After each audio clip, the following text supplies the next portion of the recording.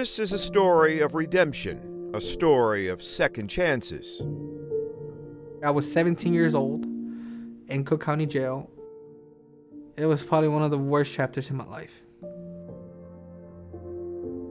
In the good moments of life, you want to have people there to companion and to celebrate with you, more so in the difficult moments of life. The story of a young man who rebounded from a serious mistake in the home that extended grace and compassion. He saw that he definitely messed up. He made a bad choice, but he still had a sense of determination not to make it the summation of who he is as a person. If I didn't have Mercy Home, I would be dead. Marcelo Sandoval's early life was marked by extreme poverty in a dangerous Chicago neighborhood. It was horrible. It was 3 children with my mother in an attic. It was very bad. There was roaches. It was not a living situation where there should be any human being. Marcelo's father had left the family, and his mother, an immigrant, first sold tamales on the street, then worked all night at a factory making paper cups. She was not there at night, so you can only imagine as a 15, 14-year-old boy would do at 7 o'clock, 9 o'clock, 10 o'clock, 11 o'clock at night. No adults at all. He joined a gang as an early teen. One night, a rival gunman pulled up in a car and shot Marcelo in both legs, then got out of the car and pointed the weapon at Marcelo's head. He was 15. What was going through my mind was my mother, just that I didn't really get to accomplish a lot of things in life, and I was just going to become another statistic. You thought you were dead? I was dead. But a police car was down the street and the gunman took off. Marcelo was spared. Now recovering from leg wounds, Marcelo would find a port in the storm, the Mercy Home for Boys and Girls. They accepted me as a broken child, and they built me back up. They gave me every support system that I needed. With structure, guidance, and love, Marcelo's life changed.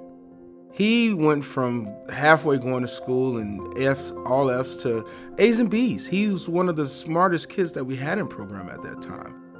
At Mercy Home for Boys and Girls, once a young person is here for a while and they figure out that the only reason Mercy Home exists is for them, and they begin to trust the system that they're in and the care that they're receiving, miracles happen.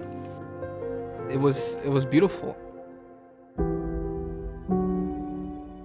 We'd like to be able to say from that point it was happily ever after, but the streets were calling again. Marcelo hooked up with friends outside the home, and they had guns. We robbed 3 individuals of their belongings, and then the police came and they grabbed us, and next thing you know, I lost everything and I'm facing 3 felonies. From the Mercy Home for Boys and Girls to Cook County Jail. Probably like any parent, any father, anyone who really cares for another, terribly disappointed, saddened. To be honest, I thought Mercy Home was gone. I couldn't even imagine their support. I was a junior in the National Honor Society at that point. Gone.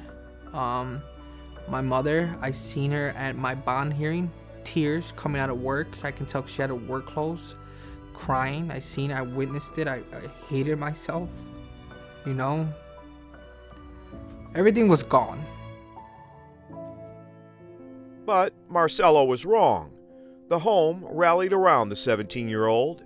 We didn't give up on him. We doubled down on him. You know, we made sure that he had the environment to bounce back from this. It doesn't excuse his behavior. And he made mistakes. He made a huge mistake. But we're not defined by our mistakes.